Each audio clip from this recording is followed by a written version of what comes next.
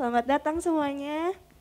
Selamat datang Flamers. Kita hari ini sama-sama mau berdoa dulu yuk. Kita mau bersyukur sama Tuhan hari ini bisa ngumpul di sini. Mari kita siapkan hati kita.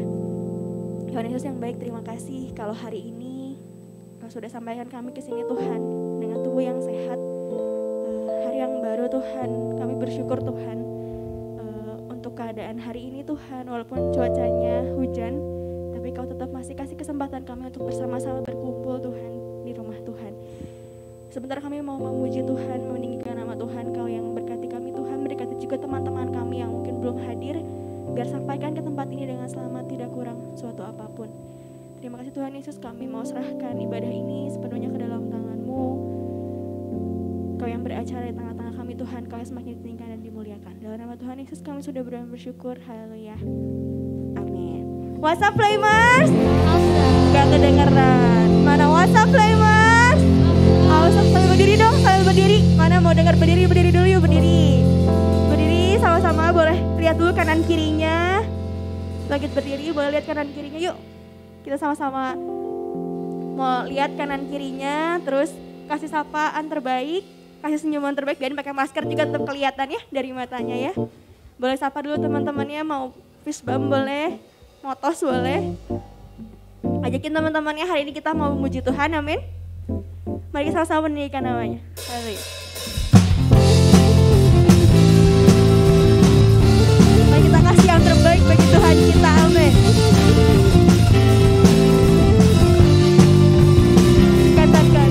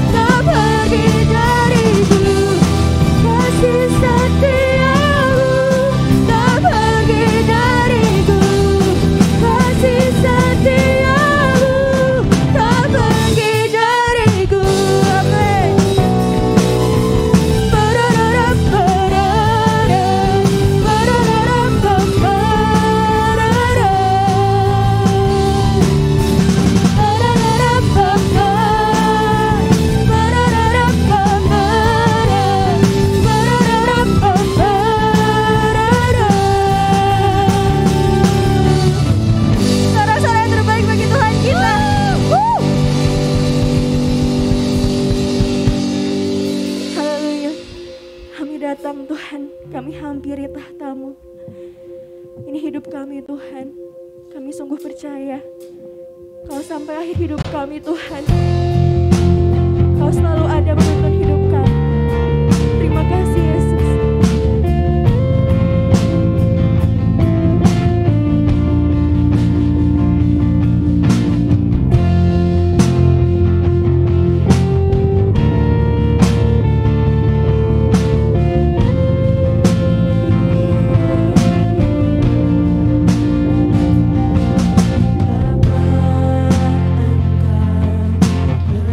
Engkau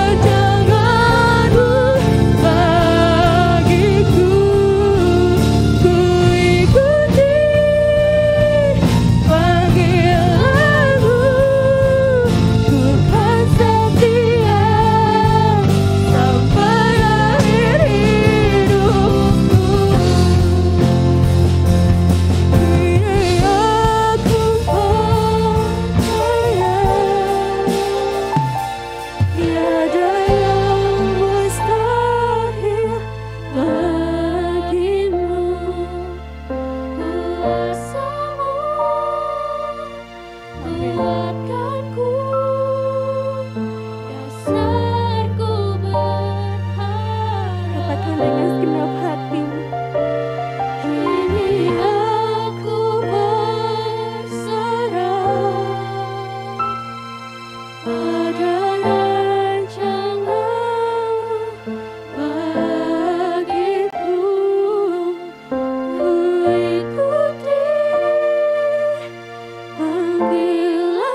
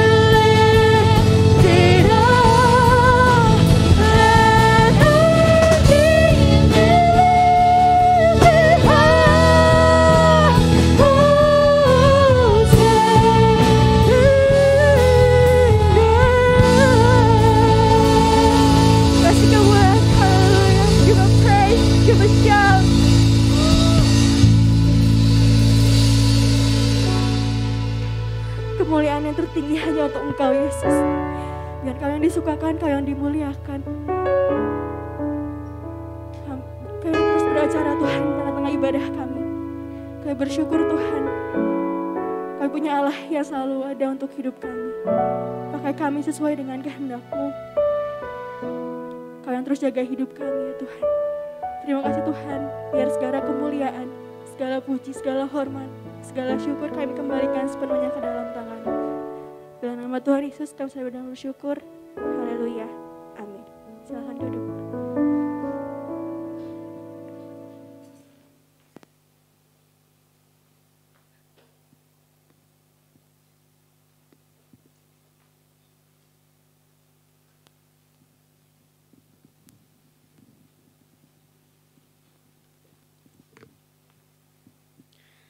Oke, shalom. Shalom. Semakin banyak ya. Puji Tuhan ya, pagi hari ini kita bisa kembali ibadah ya, kita bisa kembali datang ke tempat ini ya, karena tadi pagi hujannya cukup besar ya. Sampai sekarang kayaknya, tadi barusan saya lihat di bawah masih hujan ya. Saya agak pesimis tadi, kayaknya nggak banyak deh yang datang ya, ternyata cukup banyak hari ini, puji Tuhan. Oke, hari ini kita akan merenungkan satu bagian firman Tuhan ya. Nah, firman ini adalah rangkaian tema besar kalian ya, Flame, itu selama 1 bulan ini ya. Kita akan membahas tentang kasih, betul ya, karena sebentar lagi, mungkin hitungan 2 hari lagi kita akan merayakan hari kasih sayang ya. Walaupun saya sendiri hari kasih sayang itu enggak cuma di tanggal tertentu ya, tapi everyday itu harusnya seharusnya jadi hari kasih sayang ya. Nah, hari ini kita akan membahas sesuatu yang waktu saya siapin ya firman Tuhan ini ya. Saya sampai berpikir, wow, firman Tuhan ini ya, Alkitab ini, kalau kita cari sesuatu yang mind blowing, kalau kita cari sesuatu yang wah gitu ya, kita bisa temukan sebenarnya di sini, di dalam Alkitab. Ya, karena waktu saya persiapkan firman Tuhan ini juga buat saya ini sesuatu yang kembali mengingatkan saya ya bahwa Tuhan itu kadang ya, bukan kadang sih ya, kalau menurut saya, tapi sering kali Tuhan Yesus itu dia menasihatkan sesuatu, mengajarkan sesuatu yang justru berbeda dengan yang dunia ajarkan. Ya, itu sebabnya mengapa kita semua dipanggil sebagai terang, kita semua dipanggil sebagai orang-orang ya yang berani tampil beda. Karena kita seharusnya tidak menjadi sama dengan dunia ini. Ya, hari ini yang akan kita pelajari ya, berarti PowerPoint ini dari belakang aja ya, betul ya? Oke, nanti saya kasih kode ya. Oke, yang judul ya untuk hari ini adalah mengasihi musuh. Kalian mungkin udah dengar ini ribuan kali ya.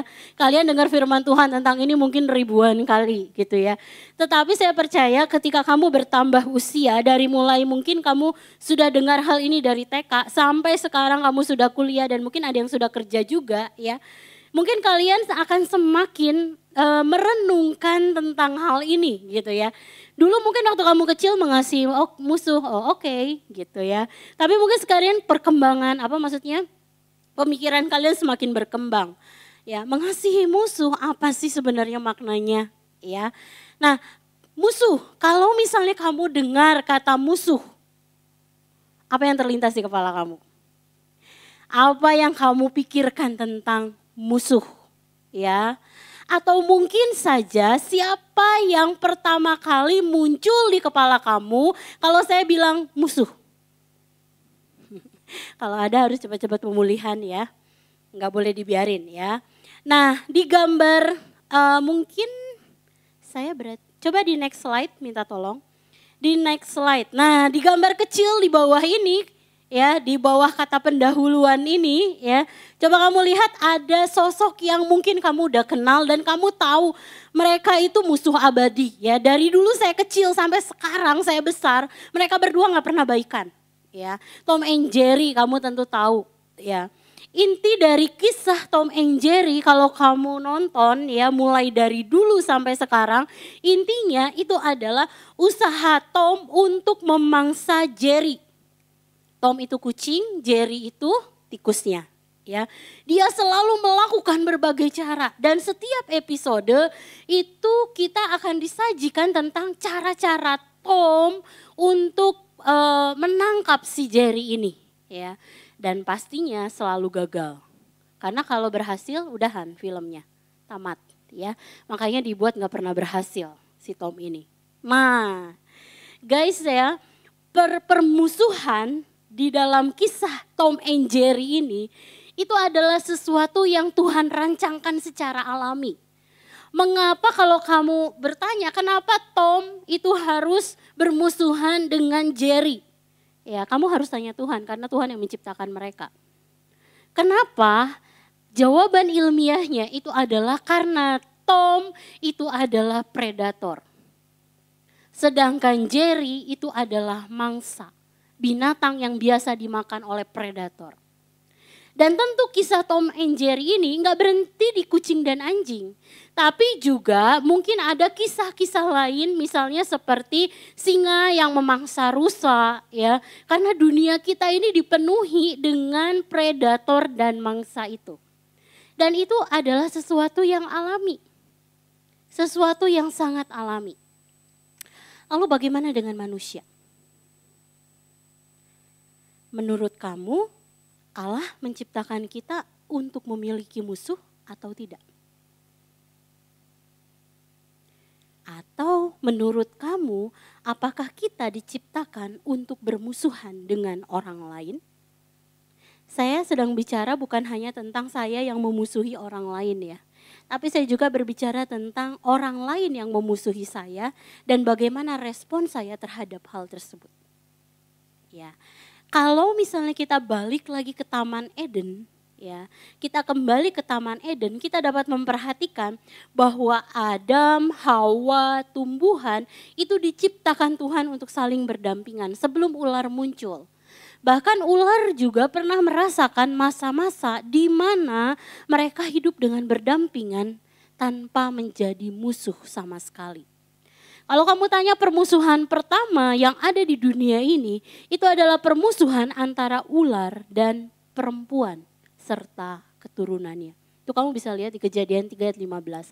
Tapi sebelum itu Tuhan tidak pernah menciptakan kita untuk bermusuhan dengan orang lain. Ya. Nah, oleh sebab itu selama kita hidup, ya karena kita sudah jatuh dalam dosa, ya. Tadi kisah tentang ular yang bermusuhan dengan perempuan dan keturunannya itu karena perempuan tersebut jatuh dalam dosa. Adam dan Hawa jatuh dalam dosa. Dan karena kita hidup di dalam dunia yang sudah jatuh dalam dosa ini, ya, maka dari itu kemungkinan kita untuk memiliki musuh itu besar. Sangat besar. Entah kita yang membenci satu orang ataupun orang tersebut yang membenci kita. Kemungkinannya itu besar banget. Ya. Nah, oleh sebab itu, ya, kalau musuh hadir dalam hidup kita, kalau Tuhan izinkan ada orang-orang yang tidak menyukai kita hadir dalam hidup kita, lalu bagaimana sikap kita? Apa yang harus kita lakukan? Yuk, ya, ini ayat yang kita akan renungkan pada hari ini. Kita lihat di dalam Matius 5 ayat 14, silakan dibuka ya di HP atau di Alkitabnya. Matius 5 ayat yang ke-43 sampai 48. Bagian perikop kecil ini saja ya yang akan kita perhatikan ya. Oke, sudah dapat ya? Amin, sudah dapat? Kalau enggak udah di depan udah ada. Yuk kita akan baca sama-sama ya. Saya mau dengar suaranya ya. Yuk kita baca sama-sama. Dalam hitungan yang ketiga. 1, 2, 3. Kamu telah mendengar firman, kasihilah sesamamu manusia dan bencilah musuhmu. Tetapi aku berkata kepadamu, kasihilah musuhmu dan berdoalah bagi mereka yang menganiaya kamu. Karena dengan demikian kamu menjadi anak-anak Bapamu yang di surga yang menerbitkan matahari bagi orang yang jahat dan orang yang baik dan menurunkan hujan bagi orang yang benar dan orang yang tidak benar. Apabila kamu mengasihi orang yang mengasihi kamu, apakah upahmu? Bukankah pemungut cukai juga berbuat demikian? Dan apabila kamu hanya memberi salam kepada saudara-saudaramu saja, apakah lebihnya daripada perbuatan orang lain? Bukankah orang yang tidak mengenal Allah pun berbuat demikian? Karena itu haruslah kamu sempurna sama seperti Bapamu yang di surga adalah sempurna. Bagian perikop ini itu berisi percakapan yang utuh, terpanjang dan terlengkap dari Sang Juru Selamat kita. Kalau kita lihat ini dari mulai pasal yang ke-5 sampai pasal yang ke-7. Itu adalah ungkapan, ucapan, nasihat, ajaran dari Sang Juru Selamat kita yang bersifat praktis sebenarnya dan bertujuan untuk membimbing dan mengatur tingkah laku kita. Ya, jadi ini pun ayat yang kita baca barusan itu adalah bagian daripada keseluruhan hal-hal praktis yang Tuhan ajarkan sama kita. Apa yang harus kita lakukan berkaitan dengan sesama kita. Ya. Nah, ayat 43 sampai 48 ini sebenarnya merupakan koreksi Yesus Kristus atas pemikiran yang salah dari konsep mengasihi sesama. Jadi kalau kamu lihat di ayat yang 43, di situ dibilang kamu telah mendengar firman, kasihilah sesamamu manusia dan bencilah musuhmu. Tuhan melihat ada sesuatu yang salah.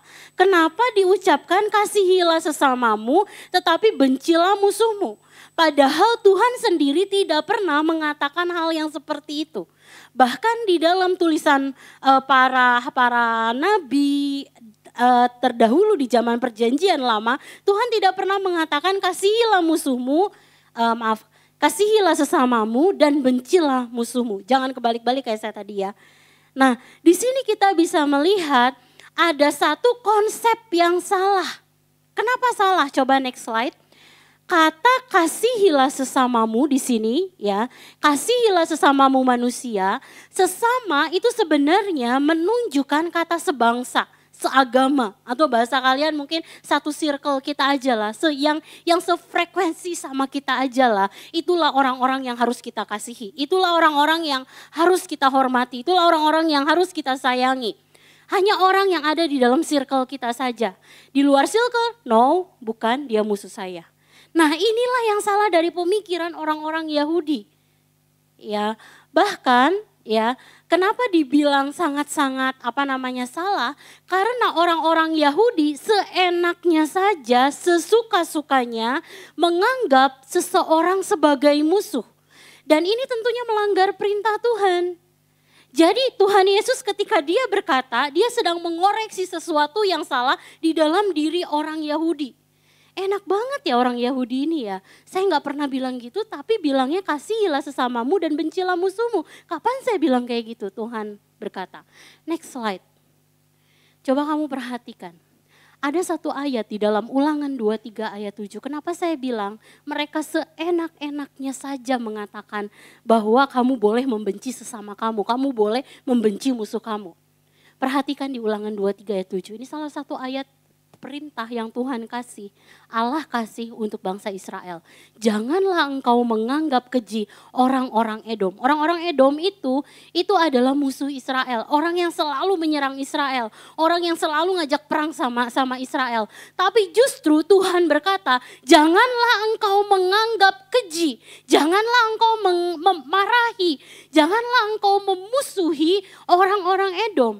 Perhatikan kalimat selanjutnya. Saya kasih itu dia kasih warna lain ya. Sebab dia itu saudaramu. Tuhan sendiri mengajarkan kasih. Tuhan tidak pernah berkata bencilah musuh kamu. No, itu makanya kenapa ketika orang Israel, ketika bangsa Yahudi menyatakan hal ini, Tuhan bilang no, kamu salah. Saya koreksi karena saya tidak pernah mengatakan hal seperti itu. Slide selanjutnya ya, hal ini ya kemudian balik lagi aja, hal ini kemudian diluruskan oleh Tuhan Yesus sebenarnya ya.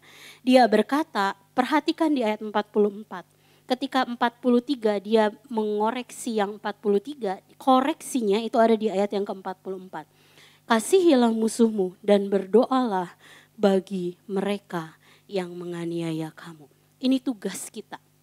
Tugas kita itu adalah berdoa bahkan bagi musuh. Makanya saya bilang kenapa Tuhan Yesus itu selalu mind blowing. Hello Tuhan, masa saya harus mengasihi musuh saya? Masa saya harus mengasihi orang yang membenci saya? Gak salah perintahnya. No, Tuhan bilang, bahkan bukan hanya mengasihi, kamu harus berdoa buat mereka yang menganiaya kamu. Ada bonusnya, bukan hanya mengasihi saja. Nah, musuh, ya, kata musuh di dalam bahasa Yunani yaitu ektros. Apa itu musuh? Musuh itu adalah seseorang yang secara aktif mengancam kamu, seorang yang secara aktif memfitnah kamu, orang yang secara aktif menuduh kamu secara salah. Tapi pengertian ini jangan kamu jadikan, oh gue punya temen nih di kampus, dia selalu mengancam gue. Selalu everyday dia di sekolah dia selalu melakukan hal itu, berarti dia musuh saya ya dong. Jangan berpikir kayak gitu. Pengertian ini itu harus kita punya di dalam ini kita ya, di dalam pemahaman kita, sehingga ketika kita bertemu dengan orang itu, kita tahu apa yang harus kita lakukan. Ya. Nah, lalu gimana sih cara kita menghadapi musuh? Yang pertama, itu saya kasih judul Let It Go. Ya, saya kasih judul hal pertama yang perlu kamu lakukan itu adalah Let It Go. Let It Go itu berbicara tentang bentuk kasih dari sini, dari dalam kamu.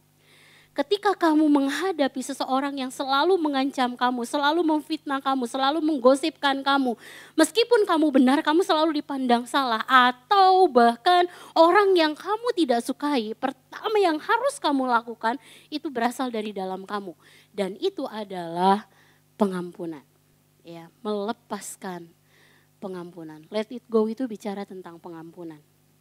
Dalam bahasa Yunani, kata kasihilah itu adalah agapao. Agapao itu setara dengan apa yang Yesus lakukan di atas kayu salib. Agapao itu berarti mengasihi baik secara emosi maupun tindakan kamu. Dan ini bisa ditunjukkan dengan keputusan kamu untuk mengampuni orang yang melakukan kesalahan sama kamu, orang yang membenci kamu, bahkan orang yang secara aktif kamu benci sama dia. Hal pertama yang harus kamu lakukan, ambil keputusan untuk mengampuni, ya. Dengan demikian sebenarnya saya udah tulis di depan ya, kita dituntut sebenarnya untuk mengasihi orang yang bersalah kepada kita atau orang yang memusuhi kita tanpa syarat. Kalau kamu mau cari contohnya, bentuk kasih yang terbesar itu adalah salib. Dulu kita itu adalah seteru di hadapan Allah. Kita ini dulu sebelum lahir baru, kita ini adalah musuhnya Allah.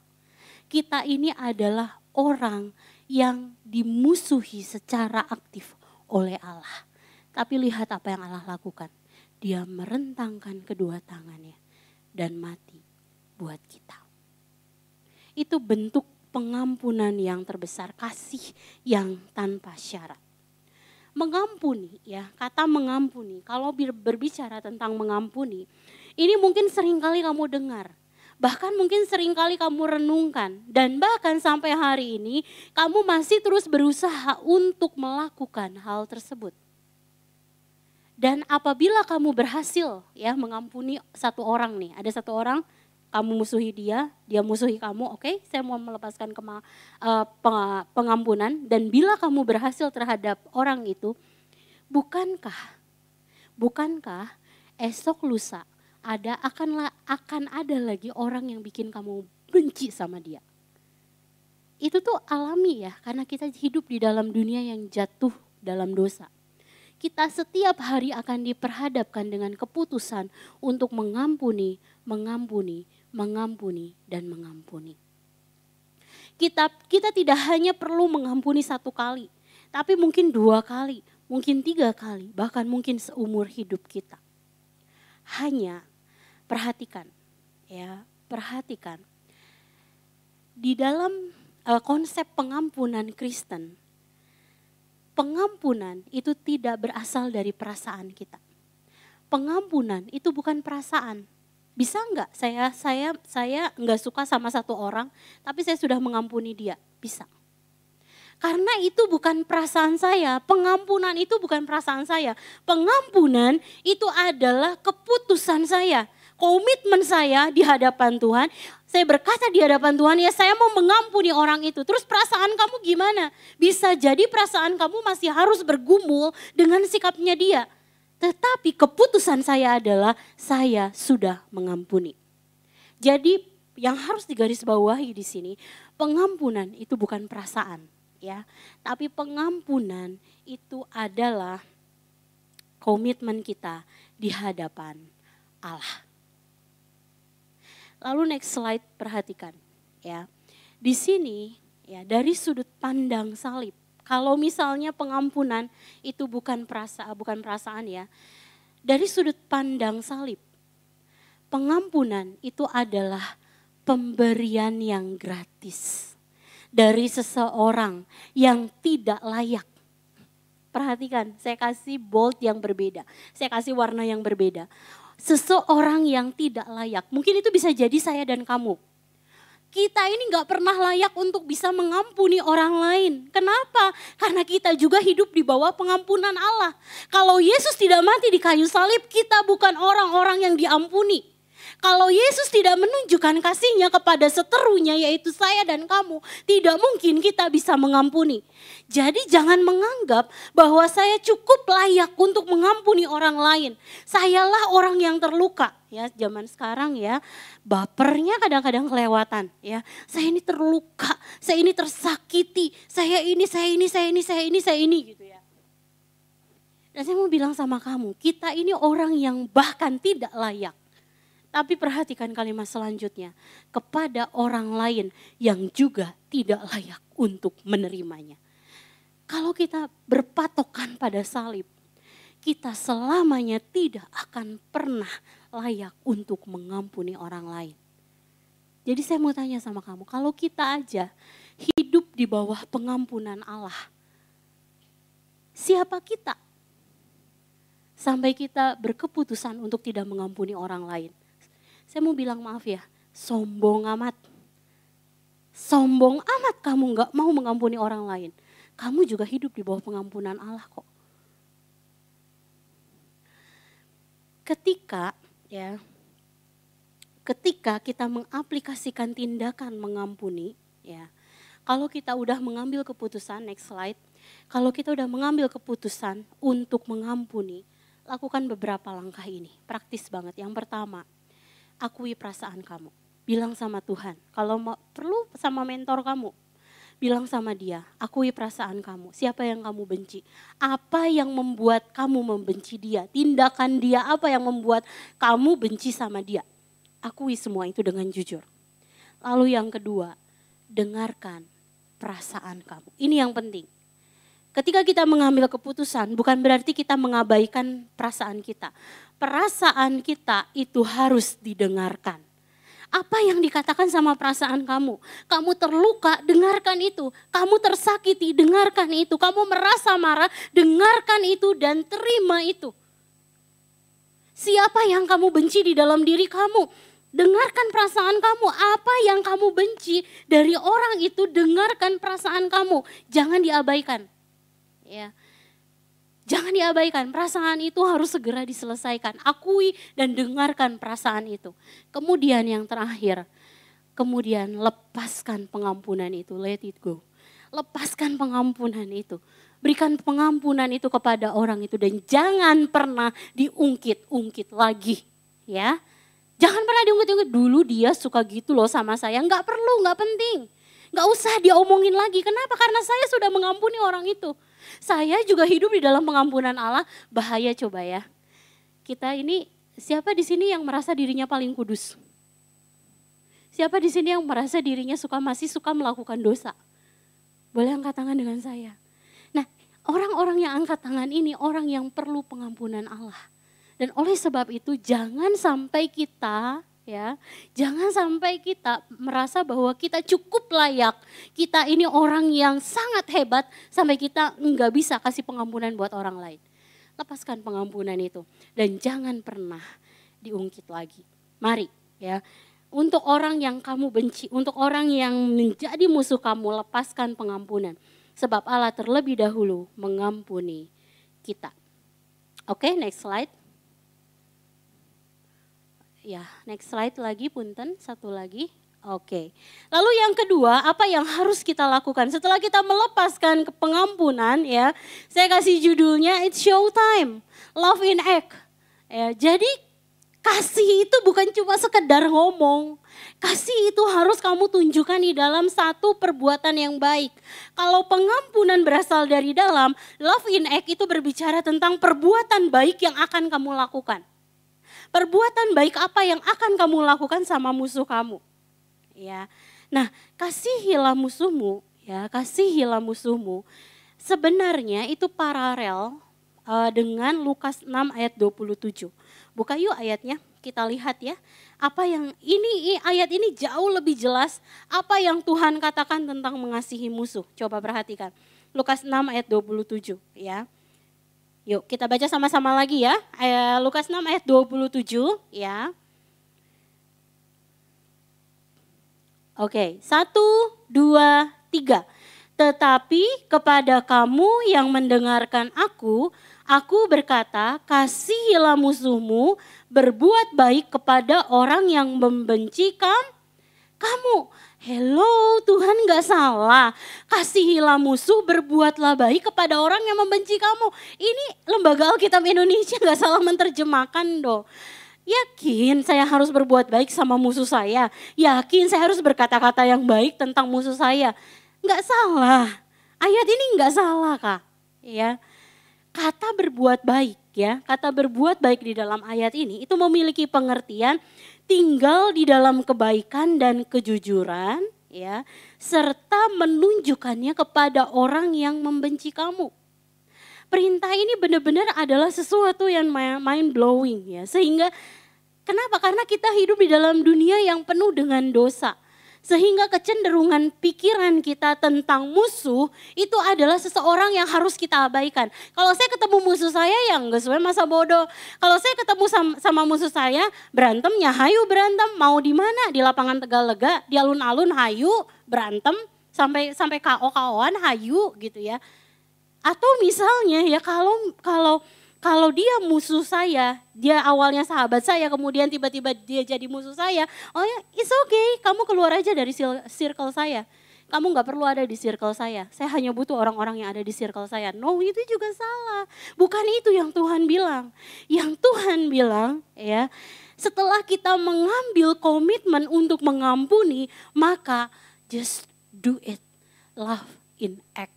Lakukan sesuatu, tunjukkan kasih itu sama orang lain, terutama sama musuh.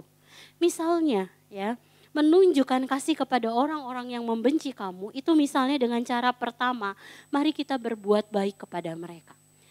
Contohnya apa? Aduh, Tuhan kita ini luar biasa ya.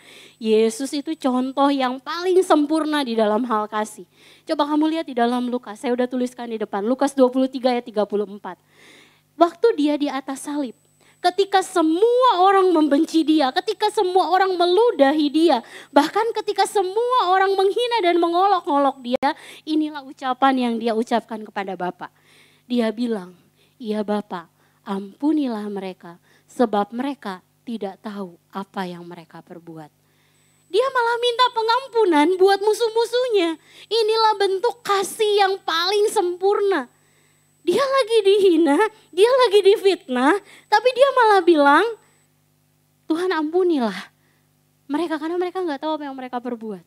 Saya mau bilang, di dalam kekristenan sejak kita lahir baru, itu bukan berarti kamu jadi orang yang sok suci. Enggak.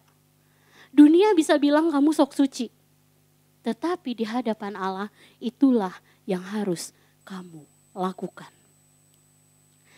Nah, jika kamu dimusuhi ya, Mungkin saja nih ada satu momen, gak tahu kamu pernah atau enggak ya. Orang yang benci sama kamu tiba-tiba memaki kamu. Tiba-tiba mencerca kamu. Bahkan mungkin dia memaki di depan umum. Dengan tujuan untuk apa? Dengan tujuan itu untuk mempermalukan kamu. Saya gak tahu kamu pernah atau enggak seperti itu. Tapi kalau misalnya kamu melakukan hal tersebut terjadi sama kamu, maka yang perlu kamu lakukan adalah, ini saya tahu ini susah, yang harus kamu lakukan itu adalah hadapi cercaan tersebut dengan ramah dan sopan. Ini rasanya gak salah Ci, enggak.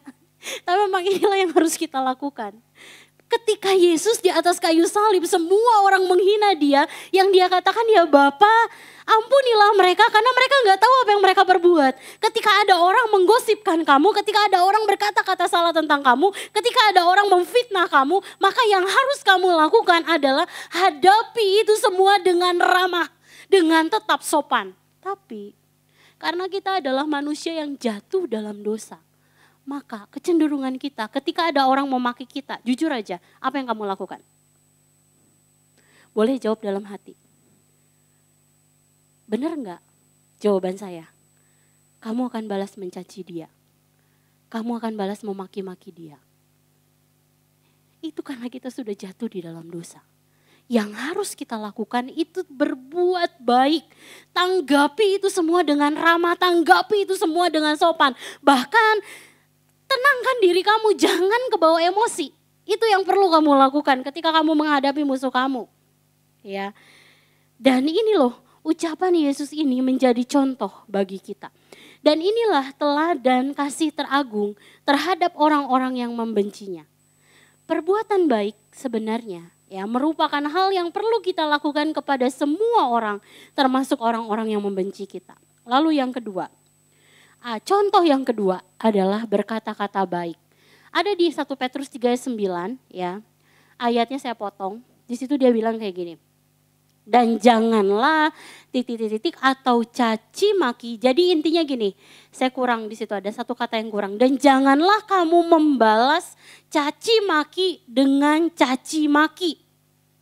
Perhatikan, kenapa orang jadinya pada akhirnya berantem mulut.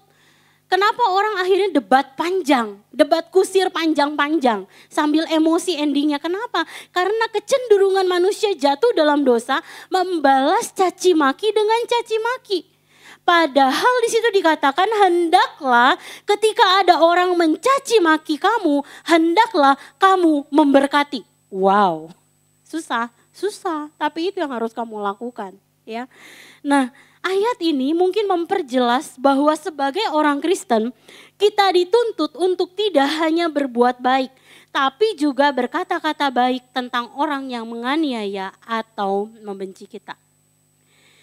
Ini saya nggak tahu benar atau enggak ya, coba kamu renungkan, saya akan bacakan ya. Salah satu kecenderungan manusia ketika dia membiarkan kebencian tumbuh dalam hatinya adalah dia nggak bisa lihat kebaikan dalam diri orang lain. Betul apa betul? Waktu kamu dimusuhi orang lain, meskipun kamu sedang membuang sampah pada tempatnya, kamu akan dianggap dasar cari muka.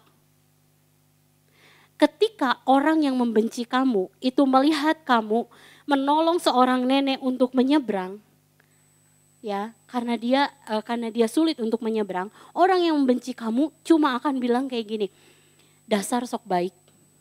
Atau mungkin kamu juga melakukan hal itu.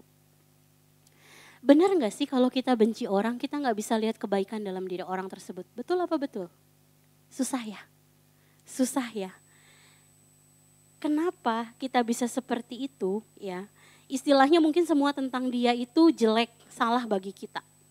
Kecenderungan lainnya itu adalah biasanya dengan mudah kita akan membicarakan orang-orang yang memusuhi kita. Terutama tentang keburukannya. Coba ya, kamu pernah nggak? Kamu ada benci sama satu orang ya, mulut kamu waktu bicara tentang orang itu pasti selalu jelek. Betul apa betul? Kamu ketemu sama orang yang baru ya, misalnya kamu A, teman kamu B, terus musuh kamu itu C ya. si B ini belum kenal sama si C nih. Kamu kenal sama dia dan kamu benci sama si C ini. Kemudian ketika kamu dekat sama si B, mungkin kecenderungan kamu kalau kita masih belum belajar untuk mengasihi musuh adalah kita akan bicara jelek tentang si C. Kamu tahu nggak? Dia tuh orang gini loh. Jangan gini. Itu kebiasaan orang kalau dia udah benci dan tidak mengampuni. Kecenderungan ini ya perlu diatasi dengan hati yang mengasihi. Sehingga kita tetap dapat melihat kebaikan dalam diri orang tersebut dan tidak membicarakan kejelekannya kepada orang lain. Next slide. Ada seorang yang bernama Plummer. Ya, coba kamu perhatikan kalimat ini. Plummer berkata begini, membalas kebaikan dengan kejahatan adalah jahat. Betul ya? Membalas kebaikan demi kebaikan itu adalah manusiawi. Tapi terakhir perhatikan, membalas kejahatan dengan kebaikan adalah ilahi. Inilah yang harus kita lakukan sebagai orang percaya. Tunjukkan kasih melalui perbuatan. Tunjukkan kasih melalui perkataan kamu. Dan sama seperti Yesus yang tidak membalas kejahatan dengan kejahatan, tapi dengan pengorbanannya di kayu salib. Jadi maksudnya aku harus mati buat musuh kamu, kalau perlu ya matilah buat musuh kamu. Ya, karena itu bentuk kasih yang terbesar. Lalu yang paling akhir, yang ketiga itu adalah, next slide, pray for your enemy. Ya, ini bagian yang terakhir. Ini ayatnya di 44 sampai 48. Itu 44 sampai 48 kalau kamu baca di rumah, ini berisi tentang alasan mengapa kita perlu mengasihi musuh. Alasannya adalah perhatikan di ayat yang ke-48, karena dengan demikian kamu menjadi anak-anak Bapamu yang di surga. Karena itu haruslah kamu sempurna sama seperti Bapamu yang di surga adalah sempurna. Tindakan kasih yang dapat kita tunjukkan itu adalah dengan berdoa. Ini adalah kasih yang terbesar. Doa itu adalah cara yang paling tulus di dalam menunjukkan kasih kita kepada musuh. Ketika tidak ada perbuatan apapun yang dapat mengubah hati musuh untuk mengasihi kita. Ini tuh hal yang paling tersembunyi dan ini adalah hal yang paling tulus. Ketika kamu berdoa buat seseorang, kamu gak mungkin menunjukkannya di depan orang lain. Kamu harus masuk ke kamar kamu berdoa buat orang tersebut. Sehingga doa itu menjadi salah satu senjata yang paling akhir.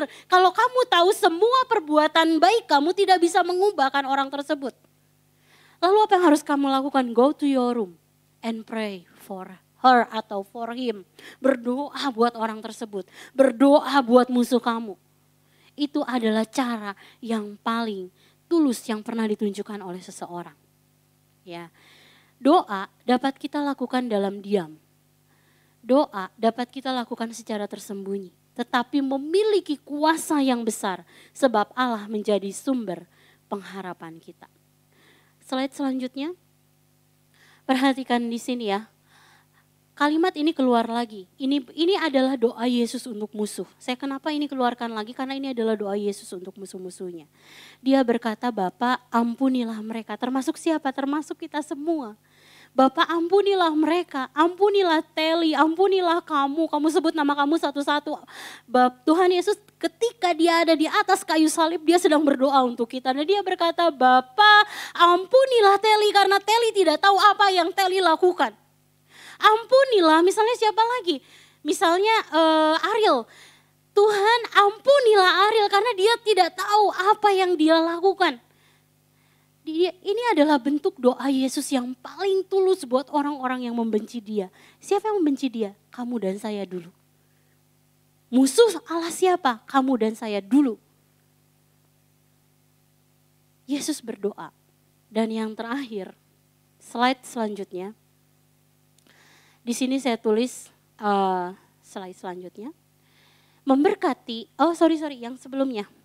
Memberkati dan berdoa bagi mereka yang menganiaya kita. Berarti menyelaraskan diri kita dengan karakter Allah. Waktu kita berdoa, waktu kita berlutut buat orang-orang yang membenci kita, kita sedang menyelaraskan diri kita dengan Allah. Ya, dan inilah yang menjadikan kita sempurna sama seperti Bapa di surga adalah sempurna. Lalu penutupnya terakhir, kesempurnaan Allah. Perhatikan, kenapa Allah disebut sempurna? Karena dia mengampuni kesalahan. Dia berbuat baik kepada orang yang membenci dia. Dan dia berdoa buat orang-orang yang jahat dan tidak tahu berterima kasih. Kamu dan saya dulu ya. Dan kewajiban kita itu sebenarnya adalah berproses dan bertumbuh dalam keserupaan dengan Kristus. Oleh sebab itu, mari mengasihi musuh itu berarti mengampuni, menunjukkan kasih melalui perbuatan dan perkataan, dan berdoalah senantiasa bagi mereka yang menganiaya atau membenci kamu. Mari kita berdoa, kita tundukkan kepala. Bapak, kami sungguh bersyukur Tuhan buat firman-Mu yang benar-benar Tuhan membuat kami semakin memahami apa arti dari mengasihi musuh. Bapak yang baik, kami sungguh berterima kasih. Kami tahu kami ini manusia yang lemah, manusia yang tidak dapat melakukan hal-hal yang baik jika Engkau tidak menolong kami, jika Roh Kudus tidak menyempurnakan kami di dalam kebaikan-kebaikan tersebut Tuhan.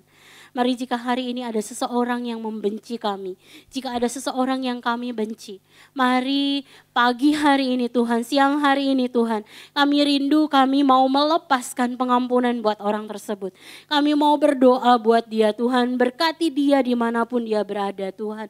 Mari kami percaya sama seperti Engkau yang melepaskan kami dari ikatan kebencian, kemarahan, kepahitan. Kami juga rindu Engkau juga melakukan hal yang sama terhadap musuh kami Tuhan. Sehingga bahkan orang yang membenci kami, orang yang kami benci, sungguh bisa merasakan kasih Allah di dalam diri mereka. Mari terus sempurnakan kami Tuhan. Ajar kami untuk menjadi anak-anak-Mu yang takut akan Tuhan.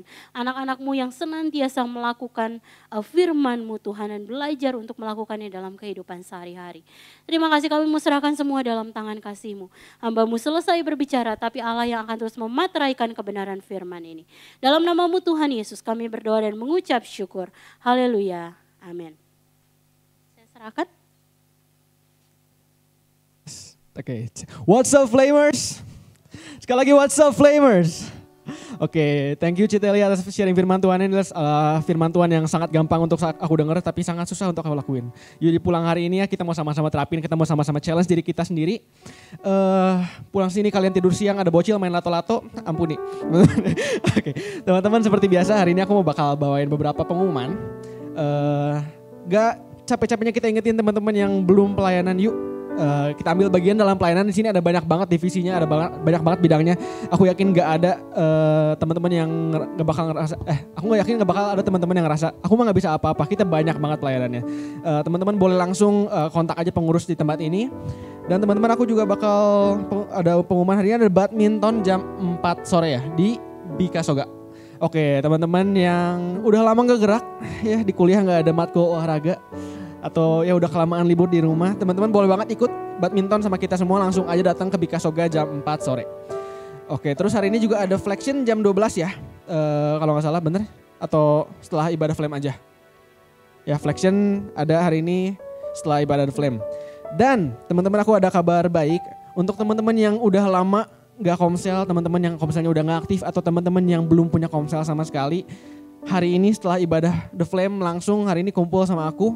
Kita bakal adain kata komsel perdana ini ya, kita mau ngumpul bareng-bareng, kita mau sharing lagi, kita mau berfellowship. Jadi langsung aja join teman-teman. Dan pengumuman untuk minggu depan, oke ini jangan lupa teman-teman datang ke The Flame minggu depan karena kita ada special service. Ya jadi teman-teman yang Valentine gak kemana-mana, jangan lupa datang untuk ibadah di The Flame. Seperti biasa di tempat ini jam 10 kita ada kedatangan pembicara dari luar. Kita sebulan ini mau terus-terus ngomong soal kasih, jangan sampai kelewatan satupun.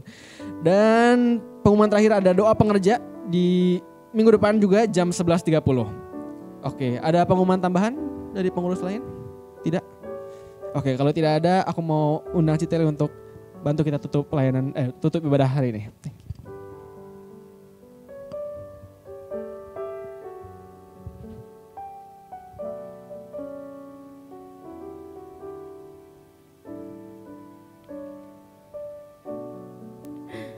Oke yuk, mari kita bangkit berdiri, kita akan tutup ibadah kita pada hari ini ya.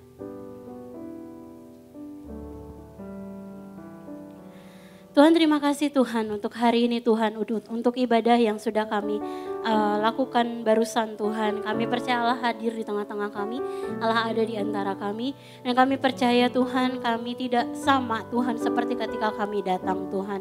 Kami rindu Tuhan, pujian penyembahan yang baru saja kami naikkan ke hadapan-Mu, itu sungguh bisa menjadi dupa yang harum di hadapan-Mu dan bisa menyenangkan hati-Mu. Firman yang baru saja tertabur di dalam hati kami percaya juga bahwa Roh Kudus yang akan memampukan kami untuk melakukannya dalam kehidupan sehari-hari. Kami percaya Tuhan bahwa Engkau semakin menyempurnakan kami sehingga kami menjadi semakin serupa dengan gambaran anak-Mu. Bapak, saat ini kami mau serahkan seluruh kehidupan kami dalam tangan kasih-Mu.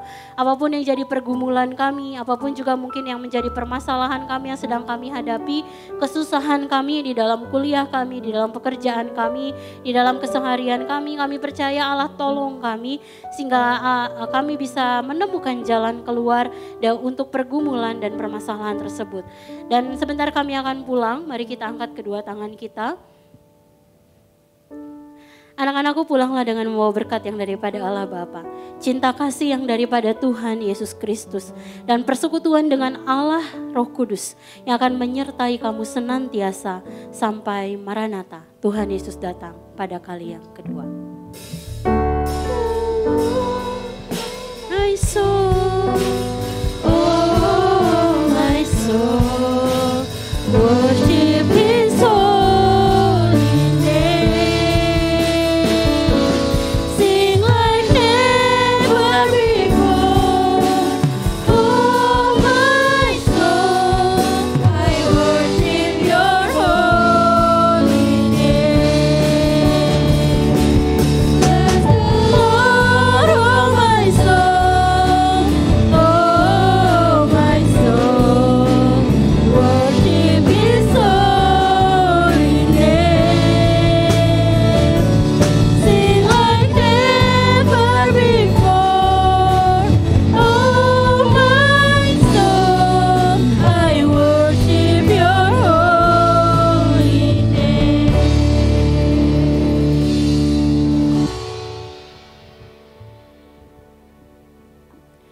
Selamat hari Minggu, Tuhan Yesus memberkati.